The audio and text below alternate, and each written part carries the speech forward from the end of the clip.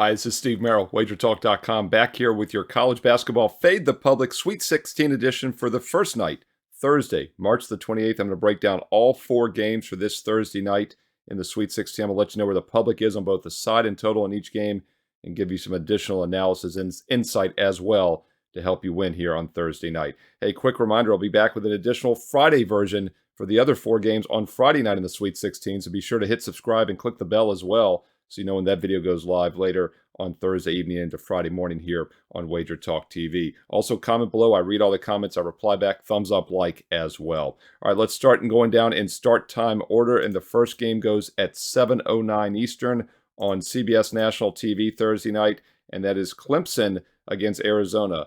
The two Cinderellas remaining are the ACC teams. Clemson's Thursday, and NC State is Friday. Of course, NC State's the only team that's even a double-digit seed remaining. Clemson's a 6th seed, and they're basically like a Cinderella because it's only the 5th time in tournament history going back to 1979 that the top 8 seeds, all the 1s and all the 2s, have advanced to the round of the Sweet 16. So half of the teams are 1 or 2 seeds. It's only the 5th time that's ever happened over the past 40-plus years. So it's a chalk-heavy tournament. It's been a chalk-heavy weekend last week on Saturday and Sunday. We'll see if some dogs can start to bark. And on the surface, you know, Clemson does have the makings of what you'd look for in a competitive underdog.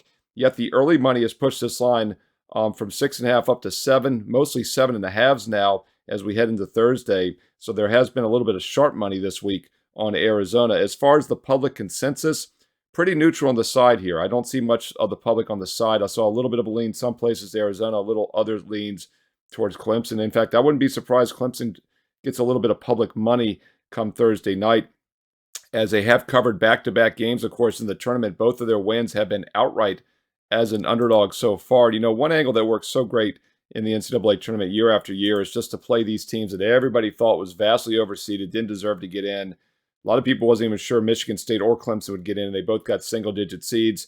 And, of course, Michigan State won the first night, led North Carolina in the first half on Saturday, and then collapsed. Clemson won both games, as I mentioned, as an underdog. The thing is, the time often runs out for those teams on the second week of action. Arizona's a really balanced team, too. If we look at the KenPom rankings, UConn and Arizona are the only two teams in the country, other than Auburn, who's been eliminated, that are top 10 both offense and defensive efficiency. So they are one of the most balanced teams, but they play extremely fast. 16th fastest tempo in the country, Clemson 257th. So the tempo is really going to be the key in this game. And I think you could probably make an argument that a Clemson under or Arizona over parlay are both correlated in this one. And by the way, speaking of the unders, Clemson 3 straight unders here in the postseason. They lost that game against Boston College in the ACC tournament, but it did stay under. Both tournament games last week stayed under, and Clemson has now gone under 7 of their last 9 overall, going back to mid-February. Meanwhile, Arizona, 5 straight unders, and they've gone under 8 of their last 10 games. So both unders have been cashing for these teams. The number opened in this one, 152, and is held pretty steady. Although I do see one of the sharper books out there getting closer to 153. But once again, Arizona money would correlate to the over, as they are a faster up-tempo team. So I do think this is a situation for those of you that like to play two-team parlays. And most of the time I don't recommend parlays, but I do think this game is somewhat correlated with Arizona to the over, whereas Clemson's going to have to slow it down. So Clemson and the under would be correlated as well. All right, your other game goes at 7. Oh, by the way, that game is in L.A., Los Angeles, home where the Crypto.com arena, where the Lakers and Clippers play. So it is an NBA arena. Sightline should not be an issue. Same thing for the next game, which is in Boston, Massachusetts, TD Garden, where the Celtics, of course, the Bruins play as well. Another NBA arena. Sightline should not be an issue here for the first game at 7:39 Eastern. And the favorite, Connecticut, should have a pretty strong hometown contingent coming over the border from Connecticut. And they are a solid 11-point favorite, the biggest favorite by far in the Sweet 16 over San Diego State. And it's a rematch, of course, from last year's national title game in which UConn beat San Diego State. And this point spread quite a bit bigger than it was last year. If you recall, San Diego State was a bit of a sleeper. I think they were a 5 seed in the finals last year. UConn, of course, was only a 4 seed. In fact, 19 of the previous 20 tournaments have been won by a 1, 2, or 3 seed until last year when UConn got it done as a 4 seed. But as I've mentioned in some other videos and shows the last couple of weeks, UConn was a vastly underseeded team. In fact, when the tournament began, they were 4th in the KenPoms. They, of course, finished number 1 in the KenPoms, but even when the tournament began last year, they were the fourth best team in the country technically, yet they were only a 4 seed. So I do think that was a little bit of a mistake by the committee last year, and obviously UConn took advantage. By the way, Connecticut was a 6.5-point favorite in the finals last year. That total was 130.5, and UConn, of course, won the game easily by 17 points, 76-59.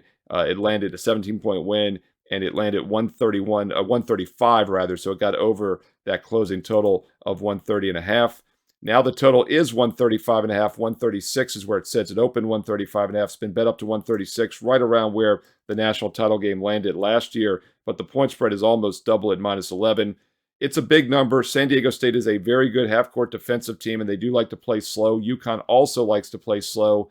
But if you're going to play this game, there's only one way, in my opinion, and that is to lay it with the -11. I'm not real keen on laying this type of number against a good defensive underdog that plays slow, especially when UConn has to turn around and play again in the Elite Eight on Saturday. But this is a dominant team. They are the best team in the country by several metrics. And San Diego State is a much weaker offensive team. That's the real weakness for the Aztecs. Just like last year when they got blown out in the championship game, they're the much weaker offensive team once again in this game. In fact, if you look at effective field goal percentage, UConn ranks 4th in the country. San Diego State is 202 out of 362. UConn has the 3rd most effective defensive percentage as well. So it's going to be very hard for San Diego State to score in this game. If you're looking at team totals, San Diego State team total under might make some sense for that reason. If you look at it right now, it's around 62.5. But once again, it's a big number, but it's big for a reason. If you're going to play it, I would lay it with UConn at 7:39 Eastern. As far as the public, they are leaning towards UConn in this game. Nothing crazy, but the public sentiment looks like it's on UConn. It also looks like it's on the over 136 in this game on Thursday night. That game is on, I believe, TBS and True TV. I think they're both showing the game simultaneously. All right, next game we get back to LA for the second game at 9:40 Eastern. Should be the best game of the night. A high-profile, fast-paced game. 2 blue blood teams, one in football, one in basketball. But this, of course, is basketball, and that's why North Carolina is favored by 4.5. In fact, this line opened 3.5. And we've seen money coming in on the Tar Heels this week. It's up to 4.5. Look like some 5s are starting to pop as well as we head into Thursday. Total opened 173, 173.5. We've seen very little movement so far in the total. You have to wonder if maybe the Sharps like the under and they're waiting, thinking the public will push this a little bit higher by tip-off. The public metrics I look at as far as the over-under, though, are pretty neutral. You know, when you get to a total this big in any sport, the public usually shies away. And I've talked about this. You guys have all heard me preach this for years now. The highest totals go over, the lowest totals go under. So once again, if you're going to play this total, over 173.5 would be the only way to play it, in my opinion. Although I'm not keen on playing overs in playoff-style games. But these are 2 extremely good offensive teams. They both like to play up-tempo and fast. The difference, though, is that North Carolina is the much better defensive team. In fact, Alabama, by efficiency rankings, is the worst defense in the entire Sweet 16, outside the top 100 even. North Carolina, meanwhile, has been 6th or 7th the last couple weeks in the efficiency rankings. So 2 good offenses. Alabama is better offensively, but North Carolina holds a substantial defensive edge, and that is why we've seen some money, which I think is probably some sharp money also, come in on UNC this week, pushing it from 3.5 up to the current line of 4.5, and it looks like some 5s at the sharper books is starting to show. As far as the public consensus in this game, the total is pretty neutral, once again, as I mentioned, because the public shies away from these big numbers. But they do like UNC. So not only do I think there's some sharp money, but the public looks like they're coming in on UNC as well. In fact, of the 4 games, the most public favorite would be UNC, followed by UConn on Thursday. All right, 1 game remaining. It's your late game back in Boston, Massachusetts at 10:10 Eastern Thursday night. Another high-profile offensive team, Illinois. In fact, in the KenPoms, Illinois is the most efficient offense in the country ahead of Alabama. They've been flip-flopping 1-2 in recent weeks. A really good offensive team catching points here with the Illini. And this line is dropping against Iowa State. Iowa State opened as a 2.5-point favorite earlier this week. It's now down to 1.5 across the board. However, Iowa State has a great defense. In fact, in the KenPom rankings right now, Iowa State is the most efficient defense in the country, ranked number 1 out of 362 teams. But as I said, Illinois is ranked number 1 offensively. So this is the best offense against the best defense. The old adage is that defense wins championships. The better defense beats the better offense. But I don't know. We'll see what happens in this one. And the reason I say that is because let's look at the total where it's currently priced here. You know, these are situations in which sometimes the odds makers are kind of giving you a hint in which way they think things might fall. And I think that could be the case in this game. because the total is a little higher than Iowa State games normally see. In fact, right now we're seeing around 146.5 or so. And I point that out because there's only been 6 games this year with a point spread of 5 or less in which the total was 140 or higher in Iowa State games. And Iowa State's gone just 2-4 against the spread. They've lost several of those outright. And that would be maybe a little bit of an indicator here. If you think it's going to be a high-scoring game, that's going to be bad for Iowa State, who needs to play more defensive half-court basketball.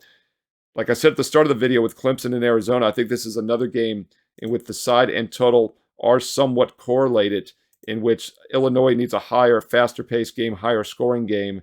Illinois, meanwhile, wants a slower-scoring half-court defensive game. So Iowa State under, Illinois over are probably somewhat correlated if you're looking at a two-team parlay in this late game on Thursday night. And another thing I'll point out about Illinois, their defensive efficiency ranking might not be that good, but effective field goal percentage, which is a different way to look at defense, Iowa State is only 34th, Illinois 43rd.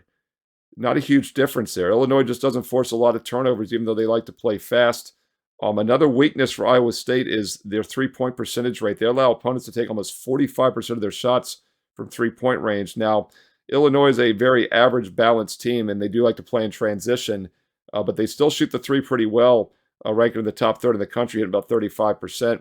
But two-point shooting is where they're really strong, and that is the strength of the Iowa State defense. So it's a pretty interesting matchup here on Thursday night in the late game. Once again, I do think the side and total are somewhat correlated, though. Iowa State is currently a 1.5-point favorite. That total is around 146, 146.5.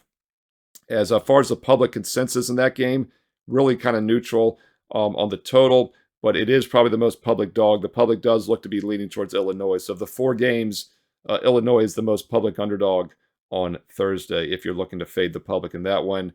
By the way, we saw some public dogs last week. Last Saturday, of course, we saw Illinois was the most public dog.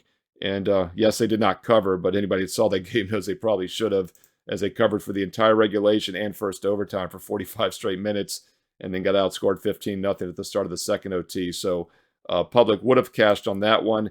And then looking back on Sunday, the most public dog last week in the round of 32 was James Madison, a very public dog, and they got blown out of the game early on by Duke. Most public dog here on Thursday, at least. Not quite as public as those last weekend, but is Illinois plus the 1.5 if you're ding-ding, red flag alert, looking to fade a public dog on Thursday. All right, those are the 4 college basketball games in the Sweet 16 on Thursday. Don't forget, I'll be back tomorrow on Friday with an additional Sweet 16 video for those 4 games. We got some great ones on the board on Friday night, including Gonzaga, Purdue, Creighton, Tennessee, NC State, Marquette, Duke, Houston. Hey, look, the good news is that the top 8 seeds have all advanced, which means we have some blue blood, some really good teams playing the next couple nights.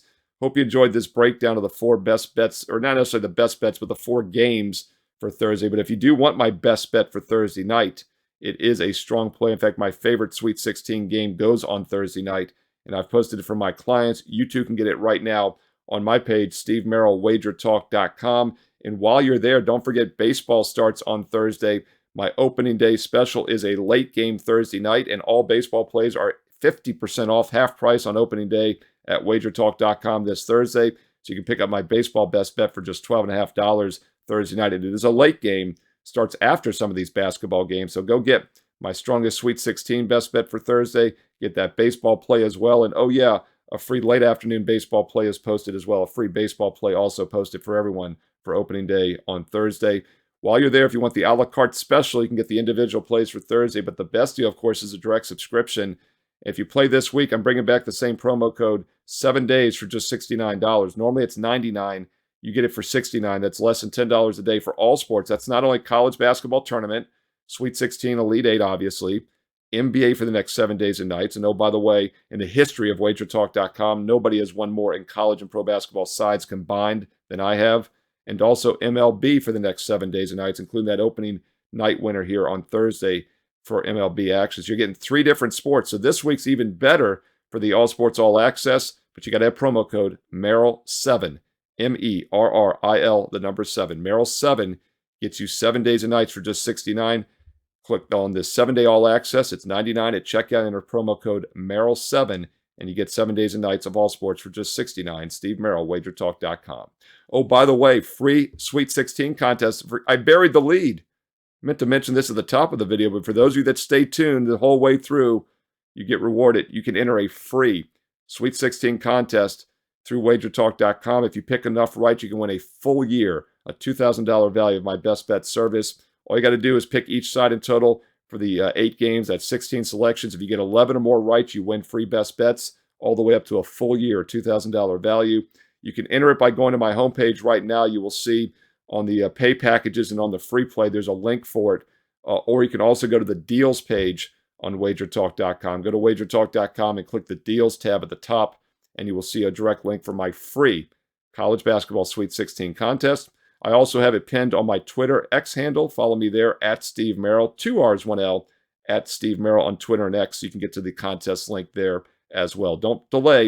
It expires at 7 Eastern when the first game tips off tonight on Thursday. So the only way to enter is through the deals link on WagerTalk.com off of my homepage, Steve Merril, or on Twitter and X at Steve Merril, 2 R's, 1 L. Follow me there. Follow me also on Instagram and IG. I post free plays throughout the week, so follow me on IG. And don't forget, comment below. I read all the comments. I reply back. Who do you like tonight on Thursday in the Sweet 16? Give me your upset special. Do you think all 4 favorites cover? Do they all win outright? Or give me an upset, an underdog that's going to win outright? Because one of them probably will win outright tonight on Thursday. Who do you think it's going to be? Also, let me know what you like on these over-unders, where you agree or disagree with the public. Comment below. I read all the comments, and I reply back.